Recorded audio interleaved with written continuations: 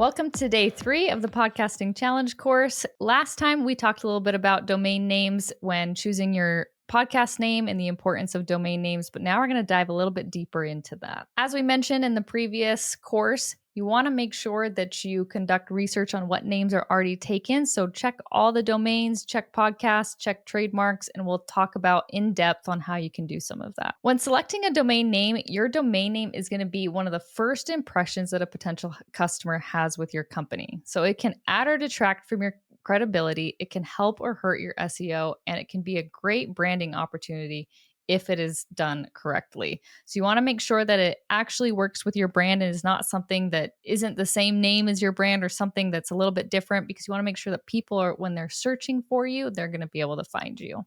So you might be asking yourself, is your domain name available for your podcast? There's a few different ways that you can do this. You can seek to buy the domain from the owner if they already have it. You can also add another word onto it like podcast, pod, show, cast, or media to the end of the podcast name. I usually don't recommend that as the first option to go with. If you can find other options where you don't have to add that word into your domain name, I would suggest that a little bit more than I would for adding podcast to it, just because it goes along with the lines we've already talked about of wanting to make this be more of your business rather than pigeonholing yourself into just being a podcast. Other thing you can do, and this is also something that I would only do if it is last resort, and even then it might be nice to go and see if you can find something else, but you could use an abbreviation. So for example, this works well with the Stuff You Should Know podcast. They do SYSK, and a lot of people refer to the podcast that way as well, as SYSK.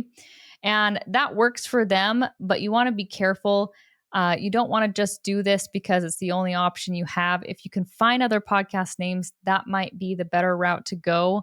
And then people are going to be searching for you. They'll be able to find you. Whereas if you use any abbreviation, they still might not be able to find you if they're researching it. As you're looking through all the different possible domains, I would recommend creating a master spreadsheet where you have columns that have which domain names are available, which ones have sites already, are they listed for sale, what are the asking prices, what is the contact info for the owner? I know Nathan's been the master at this. He owns a lot of different domains and knows how to do it. Do you have any tips for when people are researching domains, trying to find the best ones? Yeah, lots of different strategies to do it. Making the spreadsheet's really important so you can keep track of it. It helps you brainstorm lots of different variations and ideas and keep your process of buying the domain name organized. Finding the contact info for the owner is sometimes hard to do. Sometimes the best way to do that is just typing in the domain name in the browser and seeing what comes up. Sometimes it's listed for sale and it's listed with an asking price, and you can reach out to the owner and start the negotiations. Sometimes you need to go to a Whois website. So you could type in GoDaddy Whois. And then in the Whois database, you can type in the domain name. And in theory, they're supposed to tell you who owns the domain name. But there's a lot of privacy protection services that are out there that will protect the domain name of the owner, and you won't be able to find who owns it. So sometimes it gets a little bit more difficult. If I really want a domain name, sometimes I will go to archive.org, where it shows you what used to be up on a website. And sometimes you can go into archive.org and they used to have a website and they have their contact information and they still own it, but don't have an active website anymore. And I find the contact information that was previously listed on the website there at archive.org. If you're still stuck and you're wondering and you're still trying to find a domain name, you can use domain name generators. So the domain name generator, it will combine keywords with other keywords that can be used in your domain. This I would suggest doing maybe even before you've picked your podcast name, because now you might be solidified in that podcast name, but it still could help you if you're having a hard time coming up with that domain name. And the places to go are going to be namemesh.com, Lean Domain Search, Wordoid, and Nameboy. Also, remember to keep it simple. Choose a name that's going to be easy to remember and easy to spell. You don't want a domain name that's super long and takes somebody a long time to type out. So no complicated words, no hyphens or numbers that could confuse potential listeners. So an example is happiness for you using the number 4. Most people would probably go and type that in and do happiness and then FORU. So make sure that you're being careful with all the different numbers or hyphens or words you're potentially going to be using in your domain, and keep it short. I would suggest no longer than 3 words as best you can. Even 3 words, I think, is pushing it. I would try and get 2 if possible. That just makes it easier for people to search. One more thing I'd add to this list to avoid is misspellings. Sometimes people try to get cutesy by purposefully misspelling a word to be different, but that gets really hard, especially when you have a podcast. That means every time you say the name of your show, you have to spell it out for people. Even with a number or a hyphen, that means you've got to spell out verbally every single letter of your domain name. And it just gets very difficult, and you'll end up losing a lot of people that won't be able to remember it, or will end up going to some other website instead of yours. If you haven't been able to find your domain name available, you can go to expireddomains.net. This will allow you to search for domains that either have expired or have been deleted, dropped, and are now available. So oftentimes people will buy a domain name, they forget to renew them, or they decide they don't want it anymore. I just had this happen. I kept getting emails like re-register, and I was like, I don't think I want to. So it's probably on expired domains. So when people don't pay that renewal, the domain gets dropped and then it becomes available for other people to register. Do they become available, Nathan, at a lower price now, or are they pretty inexpensive, or does it just depend on what the domain name is? Once the domain name has expired, you can just register it from any registrar, and it costs the normal fee that it would for a .com or .net domain. There's also an opportunity to register domain names as they are expiring, like the second they become available, so that somebody else doesn't grab it before you. So I actually get a daily email from a service that monitors the expiring domains that have certain keywords in them. And I look through that list, and if there's one I want, I will pay a fee to that expiring domain service, and they will use a whole bunch of different servers and try to immediately buy that domain name the second it becomes available. So that might cost somewhere between $50 and $80 to have a service do that for you and grab that domain name. I use a service called Drop Catch that I think is the most effective at grabbing a domain name right when it expires.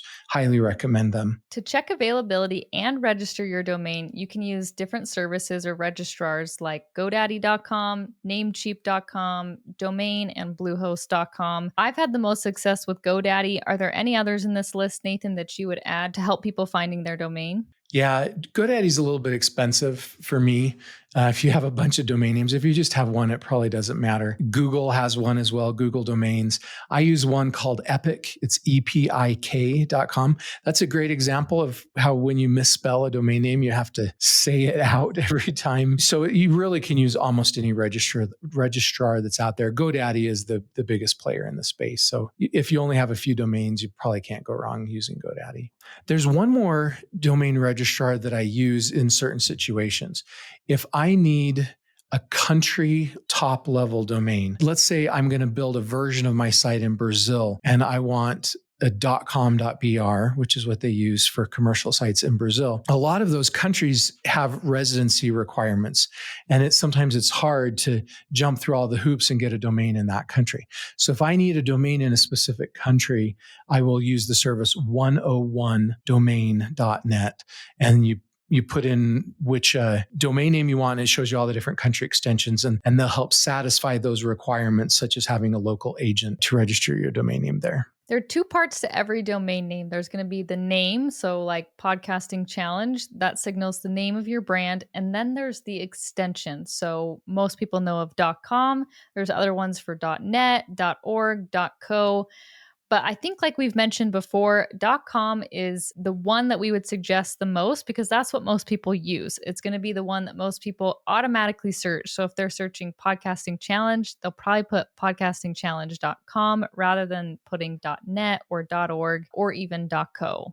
A domain name can cost generally between $2 to $20 per year, and you want to make sure that you look into their renewal policy in terms of service carefully. Domains can expire every year unless you prepay for up to 10 years, so it's just good to pay attention when you're picking a domain name and which registrar. You want to make sure that you're getting one that offers auto renewal or at least payment reminders so that you make sure that you're keeping that domain and not accidentally forgetting to pay it and losing it eventually. So try and make sure that you are looking into those renewal policies and if you can get it on an auto renewal. So sometimes it's really hard to find the contact information for a domain name you want to buy. They've often hidden their contact information behind one of the privacy protection services, and you'll send an email to that privacy protection service and you'll never hear anything back. There are brokers that are out there who have special relationships with domain name registrars, and it's sometimes a lot easier for them to reach out and contact the owner of a domain. So if you need help, I recommend you go to one of these brokers, and you'll have to pay them a fee up front, and then they'll take a certain percentage of the sales price. And I kind of hate how they seem to drive the price of the domain name up. So I try to avoid them whenever possible, but sometimes they are necessary when you need to contact a domain name owner that you can't find any other way. And the two that I've used the most is domainagents.com and just GoDaddy domain brokerage services. But I highly recommend you try buying the domain name yourself before you hire a broker. Only go to a broker as a last resort if you can't contact the domain name owner yourself. I find that I can usually negotiate a cheaper price on a domain than I can get if a broker gets involved. So when you buy a house, there's two parties that both have risk in the transaction. Okay, I'm just giving a house example to help you understand what this service is. When you buy a house, someone owns the house and has the title, and the other person has the money and wants to buy it. The person with the money could say, well, give me the title and then I'll give you the money. But what if the title was given and the money wasn't transferred? And then vice versa, the person who has the title could say, pay me and then I will transfer it. But then the person with the money says, well, how do I know that I won't give you the money and you'll never transfer me the title? So both people have legitimate risk there. And the way that you eliminate that risk is you use a brokerage service. So when you're buying a house, everyone signs the paperwork with the escrow agent, and the title is placed in escrow, and the escrow agent has the right to transfer the title once money's received. Once the title is in escrow and all the paperwork signed, then instructions are given for the buyer to transfer the money into the escrow services. Once the escrow agent has the money, then the title is transferred over, and then the money is given to. So everybody is protected because of this escrow service that's in the middle. The same thing is really important if you're spending a good amount on a domain. If you're spending more than $1,000 or $2,000 buying a domain name, I highly recommend you use an escrow service. The way it works is the agreement is signed by both parties. Then the buyer is instructed to transfer the money into the escrow service. Once the escrow service can confirm they've received the funds to buy the domain name, they then instruct the seller to transfer the domain name to the buyer. Once the buyer receives the domain name and the escrow agent can confirm that, then the funds are transferred over to the seller. So it's a way that everybody is protected in the transaction, and you don't pay money and never receive a domain name. And the two services I recommend are escrow.com or escrowdomains.com. Some of the domain brokers that we saw before, like GoDaddy brokerage services, they also provide an escrow service. And I would trust, and I have trusted those escrow services as well. You want to make sure that you're using your domain name consistently. So across all of the podcasting platforms, social media channels, marketing materials, this will really help you to build that brand recognition and make it easier for people to find you online. So Annie, you're saying that if my show name is Podcasting Secrets, I should try to get Podcasting Secrets on Facebook and on Instagram and on YouTube as well, so that there's a consistent brand everywhere. Yep. Being consistent is going to really help people to be able to find you. Otherwise, they may go onto Instagram and look for your name and find something totally different if you're not actually on those platforms as the specific domain name that you're using. Trademarks sometimes seem super complicated, but they're really not. If you're thinking of buying an expensive domain, I would not buy that domain until I did a quick trademark search. You can do a trademark search yourself. You do not need to hire an attorney. You can go to uspto.gov and just go right to trademark search and put in the name, and it will show you if the name that you are wanting to use for your show is available for a trademark, or if somebody else already has a trademark for that name. If someone has a trademark, you still may be able to get a trademark if you're in a different trademark class. So So there's a whole bunch of different trademark classes, like clothing is one trademark class, or media, websites is in a different trademark class. Let's say that our name Pot Up was already a trademark, but was being used as a metalworking company in a different trademark class. And we wanted to use it as a software for podcasting in a totally different class. We still may be able to file for it and get it. I'm not an attorney. Don't rely on what I'm saying. I recommend that you get an attorney to help you file it when you're ready to file a trademark for your brand. But before you spend money on domain, or even before you pick which name you're going to use, I highly recommend that you understand which trademarks are already issued, if any, under that name. So trademark can give you a lot of benefits, but the biggest benefit that I have is protection. It's a defensive measure, I believe, and it protects somebody from coming after you after you've built a big brand and you've put all of this money in and you're successful, and then they come and say, I already have that trademark, and they force you to stop using your domain. So I recommend that before you put a lot into this, before you buy something, before you invest in branding something and buy advertising, that you make sure that there isn't some trademark already issued that somebody's going to use to shut you down in the future. And then I recommend you file your trademark to protect yourself, so that if somebody tried to create a competing show with your name to siphon off your traffic, or if they came to you and tried to make you stop using your name, you had something to protect yourself and give you that stability you need. When you search for a trademark, there's live trademarks and there's dead trademarks. You may see your name, your phrase listed in the trademark database, but it says dead next to it. That means someone tried to file for it, but it's not currently a live trademark. They may not have paid the renewal fee, or the trademark application may have been denied. So trademark with dead next to it is not nearly as scary as one that is live next to it. Usually when I file a trademark, it takes about 6 months for the trademark office to respond. They usually respond with issues that they have. And I usually have my attorney respond and help me work through any issues that the trademark office has. And the whole process may take up to a year. It could take even longer if you have to contest or fight something. And like I said before, I recommend you use an attorney to help you.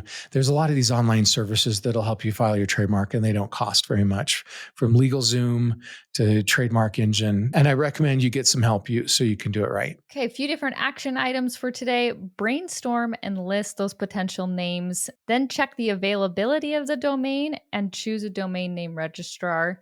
And then you want to purchase that domain and secure your social media handles. So use any of the domain registrars we recommended, like GoDaddy or Namecheap.